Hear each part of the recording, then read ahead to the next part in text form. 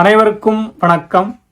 இந்த வீடியோவில் நம்ம எதை பற்றி பார்க்க போகிறோம் அப்படின்னு நம்ம பார்த்தோம்னா,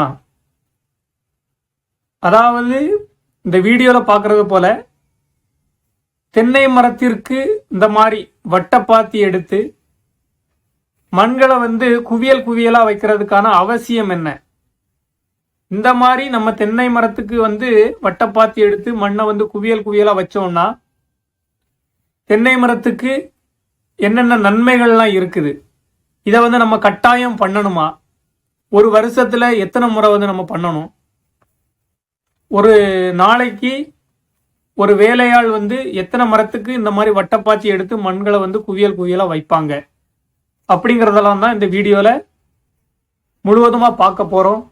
வீடியோவை முழுவதுமா பாருங்க, கட்டாயம் பயனுள்ள தகவல்களா இருக்கும். அதாவது தென்னை மரம்ங்கிறது ஒரு பல்லாண்டு பயிர் அப்படிங்கிறது எல்லாருக்குமே கண்டிப்பா தெரிஞ்சிருக்கும். இந்த மாதிரி அதாவது வட்டப்பாத்தி எடுத்து மண்களை குவியல் குவியலா வச்சோம்னா என்னென்ன நன்மைகள்லாம் இருக்குது அப்படிங்கிறத பார்க்கலாம். ஃபர்ஸ்ட் இப்போ இந்த மாதிரி நம்ம தென்னை மரத்துக்கு வட்டப்பாத்தி எடுத்து வைக்கிறதுனால என்ன நன்மை அப்படின்னு நம்ம பார்த்தோம்னா, மண்கள் இலகுவாகும், மண்ணில் காற்றோட்டம் ஏற்படும். காற்றோட்டம் ஏற்பட்டு என்ன ஆகும்னா மண்ணோட துகள் அளவு பெருசாகிக்கிட்டே இருக்கும். பெருசாகும் போது என்ன ஆகும்னா மண்ணோட தன்மை மாறிக்கிட்டே இருக்கும்.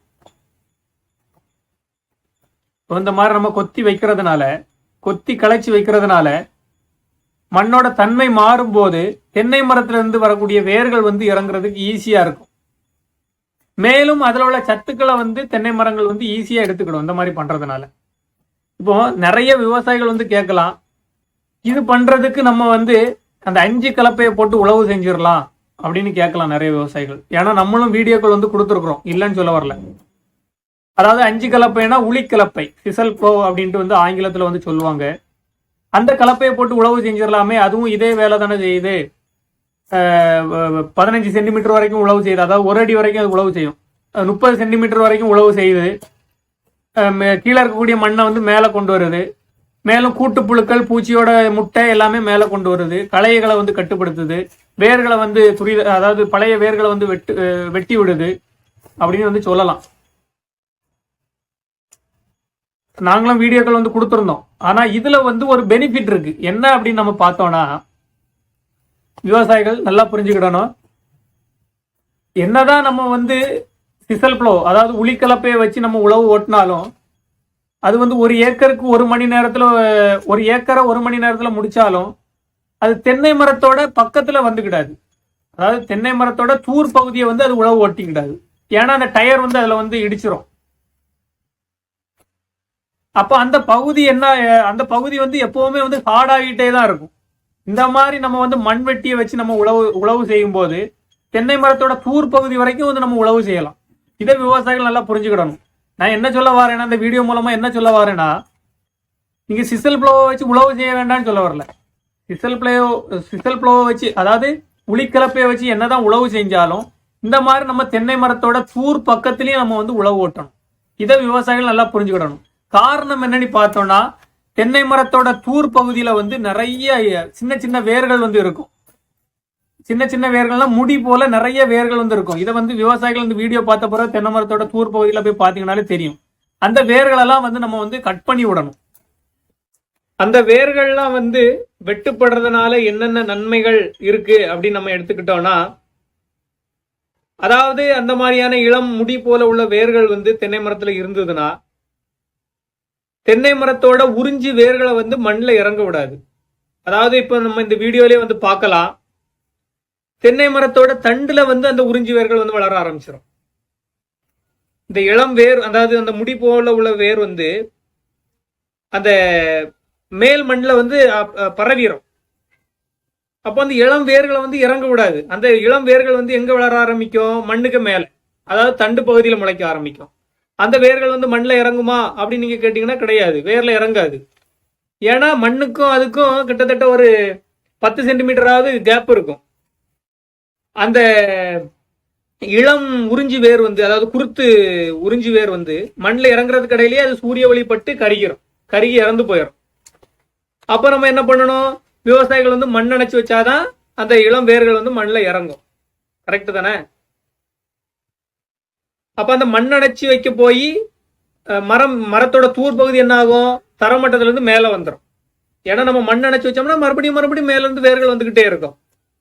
அப்ப தென்னை மரம் வந்து தரையில இருந்து மேல வந்துடும். அப்ப காத்தடிக்கும் போது என்ன ஆகும்னா, பலத்த காத்தடிக்கும் போது இல்ல புயல் வரும்போது என்ன ஆகும்னா தென்னை மரங்கள் வந்து சாஞ்சிரும். அப்படியா? அப்போ நம்ம இந்த மாதிரி தென்னை மரத்துக்கு வட்டப்பாத்தி எடுத்து மண்ணை வந்து இப்படி கொத்தி வைக்கிறதுனால எவ்வளவு நன்மை இருக்கு அப்படிங்கறத நீங்களே பாத்துக்கிடுங்க. நான் இந்த வீடியோ மூலமா என்ன சொல்ல வரேன் அப்படின்னா, சிசல் ப்ளோ வச்சு உழவு செய்யக்கூடாது அப்படின்னு சொல்ல வரல. சில விவசாயிகள்லாம் வந்து ஒரு வருடத்துல 2 முறை உழவு செய்வாங்க. ஒரு சில விவசாயிகள் வந்து ஒரு வருஷத்துக்கு ஒருக்கா தான் உழவு செய்வாங்க. அப்போ ஒரு வருஷத்துக்கு ஒருக்கா உழவு செய்யக்கூடிய விவசாயி ஒரு வருஷம் உளிக்கலப்பை வச்சு உழவு செய்யணும். இன்னொரு வருஷம் இந்த மாதிரி மண்வெட்டியை வச்சு மண்களை வந்து கொத்தி வைக்கணும். 6 மாசத்துக்கு ஒரு முறை உழவு செய்யக்கூடிய விவசாயிகள் ஒரு முறை உளிக்கலப்பை பயன்படுத்தியும் ஒரு முறை இந்த மாதிரி மண்வெட்டியை பயன்படுத்தி இந்த மாதிரி தென்னை மரத்துக்கு வட்டப்பாத்தி எடுத்து மண்களை வந்து கிளச்சி விடுறதுனால அதிகப்படியான உறிஞ்சி வேர்கள் வந்து மண்ணில் இறங்கும். மண்ணில் இறங்குறதுனால என்ன நன்மை அப்படின்னு பார்த்தோம்னா, அதுக்கு தேவையான சத்துக்களை அதிகப்படியா வந்து தென்னை மரத்துக்கு எடுத்துட்டு போகும். ஏன்னா நிறைய வேர் இருக்கும்போது அதுக்கு தேவையான உணவை அது ஆங்காங்கே தேடி எடுத்துக்கிடும். அது மூலமா வந்து தென்னை மரம் நல்ல வளர்ச்சி அடையும். அது மூலமா நமக்கு மகசூலும் அதிகரிக்கும். அதனால விவசாயிகள் இந்த மாதிரி பிளான் பண்ணி விவசாயம் பண்ணீங்கன்னா கட்டாயம் விவசாயத்துல லாபத்தை எதிர்பார்க்கலாம். இன்னொரு முக்கியமான கருத்து என்ன அப்படின்னு நம்ம பார்த்தோம்னா, ஒரு நாளைக்கு ஒரு வேலையாள் வந்து இந்த மாதிரி தென்னைக்கு வட்டப்பாத்தி எடுத்து மண்ணை வந்து கிளச்சி வச்சாருன்னா எத்தனை மரத்துக்கு எடுப்பாரு அப்படின்னு நம்ம பார்த்தோம்னா சரியா 25 மரம் வரைக்கும் எடுக்க முடியும். 25ல இருந்து 30 மரம் வரைக்கும் எடுக்க முடியும். இந்த தகவல் கட்டாயம் வந்து புதிய விவசாயிகளுக்கு வந்து ஒரு பயனுள்ள தகவலா இருக்கும். ஏன்னு பார்த்தோம்னா இது புதிய விவசாயிகளுக்கு தெரியாது. ஒரு சில வேலையாட்கள் என்ன பண்ணுவாங்கன்னா டைமை வந்து வேஸ்ட் பண்ணிட்டே இருப்பாங்க. எல்லா வேலையாட்களையும் சொல்லல, ஒரு சில வேலையாட்கள் இந்த தகவலை தெரிஞ்சுக்கிட்டாங்கன்னா அவங்களுக்கு ஒரு பயனுள்ள தகவலா இருக்கும். அதுக்காக தான் இந்த தகவலை வந்து நான் பகிர்ந்தேன். இன்னொன்னு என்னன்னா, தென்னை மரத்துக்கு வந்து இந்த மாதிரி வட்டப்பாத்தி எடுத்து மண்ணை வந்து கிளச்சி விடும்போது உரம் போடலாமா, உரம் வீணாகாதா அப்படின்னு கேட்டீங்கன்னா கட்டாயம் வந்து தென்னை மரத்துக்கு இந்த மாதிரி நம்ம பண்ணும்போது உரம் போடலாம். எந்த உரமும் வந்து வீணாகாது. உரம்னா என்னன்னா தொழு உரம். நிறைய விவசாயிகள் வந்து தொழு உரம் கொடுப்பாங்க. அதாவது ஒரு வருஷத்துக்கு ஒரு தென்னை மரத்துக்கு 50 கிலோ தொழு உரம் கொடுக்கணும். அந்த 50 கிலோவும் வந்து இந்த மாதிரி போட்டு நம்ம தென்னை மரத்துக்கு போட்டுட்டு இந்த மாதிரி மண்ணை வந்து கிளச்சி வச்சோம்னா தென்னை மரத்தோட வேர்கள் வந்து அதுல உள்ள சத்துக்களை ஈஸியா எடுத்து தென்னை மரத்துக்கு கொண்டு போகும். அதனால கட்டாயம் உரம் போட்டு உழவு செய்யலாம். இந்த வீடியோ வந்து ஒரு பயனுள்ள தகவலா இருக்கும் அப்படின்னு நான் நம்புறேன். வீடியோ முழுவதுமா பார்த்த அனைத்து விவசாயிகளுக்கும் நன்றி, வணக்கம்.